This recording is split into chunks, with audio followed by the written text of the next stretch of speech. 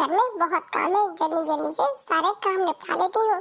तो पूरे घर की डस्टिंग भी बाकी है और बर्तन भी धोने बाकी है। बहू, आज घर में कोई आ रहा है क्या? हाँ माँ जी, आज मेरी सहेलियाँ आ रही है। घर में आज मैंने किटी पार्टी रखी है। मैं आपको आज जल्दी खाना दे दूंगी, तो आप खाना खाते सो जाइएगा और कमरे से बाहर मत निकलिएगा आज, क्योंकि मैं ये बिल्कुल भी नहीं चाहती कि आपकी वजह से मुझे अपनी सहेलियों के सामने एम्बैरेस होना पड़े। इसलिए आप खाना खाकर आराम से सो जाइएगा। अच्छा ठीक है बहू, जैसा तुम कहोगी मैं वैसा ही कर लूंगी। इसी में आपकी भलाई होगी माँ जी। लीजिए माँ, दाल पी के सो जाइए। क्या केवल दाल चावल नहीं है क्या? अकेले दाल खा के कैसे सो जाऊंगी? चावल होते तो मैं खा लेती दाल चावल। अब मैं सिर्फ दाल कैसे पीऊं? आप मुझे परेशान मत करिए। ऑलरेडी मेरे पास सुबह से बहुत काम है। अब मैं और कुछ नहीं बना सकती आपके लिए। चाहे तो खाइए, वरना मत खाइए, रख दीजिए, कि मेरे पास इतना समय नहीं है कि मैं आप ही के पास बैठी रहूं, आपकी ही फरमाइश पूरी करती रहूं। माँ जी, जो कुछ मिल रहा है चुपचाप खा लीजिए। अभी थोड़ी देर बाद मेरी सारी सहेलियां आ जाएंगी, मैं उसमें बिजी हो जाऊंगी। मैंने घर पर कुछ भी नहीं बनाया आपके लिए, सिर्फ दाल ही बनाई थी, क्योंकि मैं बहुत थक गई हूँ। बाहर का तो आप खाएंगी नहीं, क्योंकि आप बीमार पड़ जाती हैं। इतना दम नहीं है कि मैं कुछ और बनाऊं आपके लिए। आप मुझसे आज ज्यादा उम्मीद मत करिए। सारी फ्रेंडें आ रही थी, तो खाना मैंने आज बाहर से ही ऑर्डर किया है। अभी जब खाना बाहर से आ ही रहा था, तो उसी खाने में मैं भी खा लेती, तो बहू का क्या चला जाता। लेकिन नहीं, बहू को मेरा खाना कहाँ अच्छा लगता है। यार कोई बात नहीं, जैसा बहू चाहेगी वैसा ही होगा इस घर में। एक बार मेरा बेटा मेरे लिए ढोकले लाया था और मैंने ढोकले खाए थे। के खाने के बाद सुबह मुझे लूज मोशन लग गए थे। मेरी तबीयत भी खराब हो गई थी। से ही बहू मुझे कोई भी चीज बाहर की नहीं देती है और अपने हस्बैंड से भी खूब लड़ती है। मेरे बेटे से कहती है कोई भी चीज बाहर की लाके मत देना माँ जी को। आप तो ऑफिस चले जाते हैं, बाकी देख रेख तो मुझे ही करनी पड़ती है माँ जी की। इसलिए आज से बाहर का सब कुछ बंद माँ जी के लिए। अब भला मैं कैसे बताती कि मुझे प्रॉब्लम ढोकले खाने से नहीं हुई थी। बहू ने मुझे सुबह की दाल दे दी थी, उसकी वजह से हुई थी कि ढोकले खाने से। इसी बात को लेकर बहू ने बहुत बड़ा बखेड़ा खड़ा कर दिया था। ये मेरे बेटे से लड़ती ही रहती है। भगवान जाने किस मुहूर्त में मैंने अपने बेटे का ब्याह बहू से करवाया था। तब से आई है, तब से घर में लड़ाई ही करती रहती है। मेरा तो किचन में जाना ही बंद कर रखा है। तो खाने पीने का बहुत शौक है, लेकिन मेरी बहू की वजह से मेरा सब कुछ बंद हो रखा है। क्या करूं, बहू के हाथों मजबूर हूँ मैं। वाह, खाने की खुशबू तो बहुत अच्छी आ रही है। बहू, ओ बहू, क्या बना रही हो खाने में? खुशबू तो बहुत अच्छी आ रही है बाहर तक। देखो तो मेरी सास को, अभी मैंने सब्जी में तड़का लगाया नहीं कि माँ जी का ऑर्डर आ गया। क्या बनाया है बहू? पिया के मुँह में पानी आ गया अभी से। जीप लपलपाती हुई बाहर चली आ रही है। ठीक से दिखाई नहीं देता आंखों से और ना ठीक से चला जाता है बुढ़िया से, लेकिन नाक बहुत तेज है कि कुछ बनता है तुरंत सूंघ लेती है। नहीं कि बुढ़ापा आ गया है, सीधा साधा खाना खाए और चुपचाप राम भजन करके सो जाए। मन का नाम ले, अपने कमरे में चुपचाप पड़ी रहे। अब भी मैं रसोई में कुछ अच्छा बनाती हूँ, आकर नजर लगा देती है। माँ, बुढ़ापे में जब ठीक से दिखाई देना बंद हो जाता है, जब इंसान कमजोर हो जाता है, तो क्या उसके लिए अलग से खाना बनाया जाता है? तुम भी ना बहुत ही भोली हो। अभी तक तो आपने मुझे बुढ़ापे वाला खाना बनाना तो सिखाया ही नहीं। अब ये वाला खाना मुझे बनाना सिखा दीजिए। सकता है कल को मेरी शादी होगी तो मेरी पत्नी को बुढ़ापे वाला खाना बनाना ना आता हो। कम से कम मैं बनाकर आपको खिला तो सकता हूँ, ताकि मैं आपको बुढ़ापे में भूखा ना रखूँ। बातें भी मैं अपनी पत्नी को अच्छे से समझा दूंगा, नहीं तो वो भी आपको ऐसे ही बुढ़िया कह के बुलाएगी। मुझे अच्छा नहीं लगेगा कि मेरी पत्नी आपकी बेइज्जती करे। दादी को भी जाकर समझा देता हूँ, बुढ़ापे में उन्हें अलग प्रकार का खाना मिलेगा, स्वादिष्ट भोजन नहीं मिलेगा। शायद दादी को भी ये बात किसी ने बताई नहीं होगी, इसलिए दादी को ये पता नहीं है। बुढ़ापे में ये सब नहीं खाते हैं। बेटा रुको, क्या हुआ माँ? दादी को तुम ये सब मत बोलना, नहीं तो उन्हें बुरा लग जाएगा ना।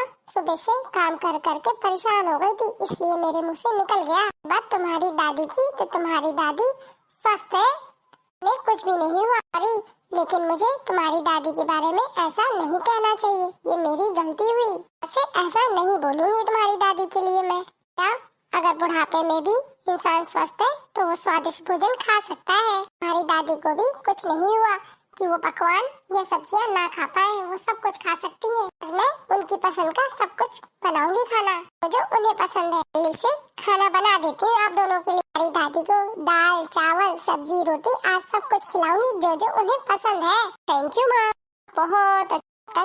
आप जाकर दादी का ध्यान रखो, फिर हम दोनों मिलकर दादी को खाना खिलाएंगे साथ में। ठीक माँ। रुको, आज तुम्हारी मम्मा क्या बना रही है? दादी माँ, आज आपकी फेवरेट सब्जी बन रही है, दाल चावल सब्जी रोटी। अरे वाह बेटा, ये तो बहुत अच्छी बात है। आज तो मैं पेट भर के खाना खाऊंगी, भी पसंद का जो बन रहा है। तो आज सब्जी ज्यादा बना लेना, कहीं ऐसा ना हो सब्जी कम पड़ जाए। आज मुझे बहुत जोरों से भूख लगी है। मैंने माँ जी के साथ अच्छा नहीं किया। समय माँ जी इस घर की मालकिन हुआ करती थी और आज मैंने उन्हें खाने खाने के लिए मजबूर कर दिया है। मैं अपनी पसंद का खाना खाने के लिए भी परमिशन लेनी पड़ती थी मुझसे। बहुत बुरी बहू हूँ मैं, एक अच्छी बहू तो बन नहीं पाई। आज मैंने उन्हें एक कटोरी सब्जी के लिए भी तरसा दिया है। ये तो अपने ऊपर लालत है। मैं अपनी गलतियों में सुधार करूंगी और दोबारा से ऐसी गलती बिल्कुल नहीं करूंगी जिससे माँ जी को कोई मेरी वजह से दिक्कत हो। और अपनी सासू माँ का बहुत अच्छे से ध्यान रखूंगी, जैसे कि अपनी माँ का रखती हूँ। क्या करती हूँ, सब्जी तो बनी रही है, साथ साथ खीर और पापड़ भी तल लेती हूँ, जिसे देखकर माँ जी बहुत खुश हो जाएंगी, क्योंकि माँ जी के लिए तो पापड़ सबसे फेवरेट है। फिर सलाद दाल चावल रोटी सब बना लेती हूँ। मैं माँ जी को सब कुछ बड़े प्यार से खिलाऊंगी। बहनों, आप लोग भी ध्यान रखिए, मेरी जैसी बहू किसी की ना हो भगवान। अपनी सास को खाने के लिए भी तरसाए। उनको सास होने के नाते भले ही हम उनका ध्यान ना रखें, लेकिन एक इंसान होने के नाते तो हम उनका ध्यान रख ही सकते हैं, क्योंकि वो बूढ़े हैं बुजुर्ग हैं, उनका हमारे अलावा है ही कौन। अगर हमसे नहीं कहेंगे तो वो किससे कहेंगे? अगर हम ही उनकी बात नहीं सुनेंगे तो वो तो निराश हो जाएंगे ना। उन्हें तो लगेगा इस जगत में उनका कोई नहीं है। जब बच्चे ही नहीं है तो और कोई कौन ही होगा। इसलिए हमें अपने माँ बाप का अपने से भी ज्यादा ध्यान रखना होगा। माँ जी खाना, वाह बहू, ये तो सारा मेरा फेवरेट खाना है। तो मैं पेट भर के खाऊंगी, क्योंकि कल तो शिवरात्रि का व्रत है। तो मेरा मन खुश कर दिया तूने बेटा। जी, मैं भी आपसे कुछ कहना चाहती हूँ। बेटा कहो। जी, आप मुझे माफ कर दीजिए, मुझसे बहुत बड़ी गलती हो गई कि मैंने आपको ठीक से समझा ही नहीं।